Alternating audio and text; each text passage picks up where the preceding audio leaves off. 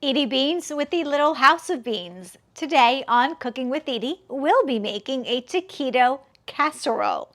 Now, there's not much to this recipe. There is no laundry list of ingredients. We have always made this while going camping. And to spice up the dish, one of our viewers and avid subscribers, Peggy, gifted us with this red chili powder from the Santa Fe School of Cooking, along with a cookbook, some freeze-dried chili spices.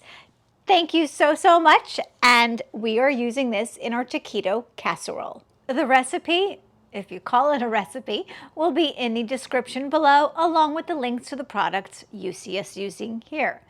And if you don't already know, we do have a Facebook group, Omnia Stovetop Oven Fans, and we have a cookbook, Outdoor Cooking with Edie, available on Amazon, link below.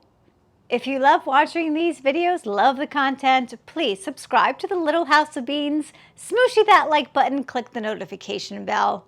I am so eager to make Peggy's taquito casserole. Let's cook!